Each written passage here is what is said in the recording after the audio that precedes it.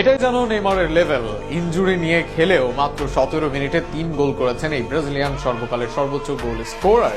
যেখানে রেলিগেশন অনেকটাই নিশ্চিত হয়ে গেছিল সান্তোসের, সেখানে সান্তোসের হয়ে আরো এক হ্যাটট্রিক করলেন তিনি। ক্যারিয়ারের 22তম হ্যাটট্রিকে নেইমির বাজিমাত নিয়ে আরো বিস্তারিত থাকছে প্রতিবেদনে। ক্যারিয়ারে সান্তোসের হয়ে 150 গোলের মাইল ফলক ছিলেন নেইমি, তাও দারুণ সময়ে দুর্দান্তভাবে। কাতার বিশ্বকাপের পর থেকে নিজেকে আবার খুঁজে পাওয়ার লড়াই চালিয়ে যাচ্ছেন নেইমার জুনিয়র। ইনজুরির ধাক্কায় দীর্ঘদিন জাতীয় দলের বাইরে এই ব্রাজিলিয়ান সুপারস্টার, তবে আবারও বিশ্বকাপের দরজা খুলে দিতে মরিয়া তিনি।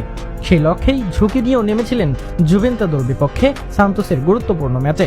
আর ইনজুরি সঙ্গী করেই দীর্ঘ অপেক্ষার অবসান ঘটিয়ে 3 বছর পর করলেন স্মরণীয় এক হ্যাটট্রিক। বুধবার দিবাগত রাতে আলফ্রেদো জাকোনি স্টেডিয়ামে জুভেন্তুদের 3-0 ব্যবধানে হারিয়েছে সান্তোস। দলের সবগুলো গোলই এসেছে নেইমারের পা থেকে, তাও মাত্র 17 মিনিটের ব্যবধানে।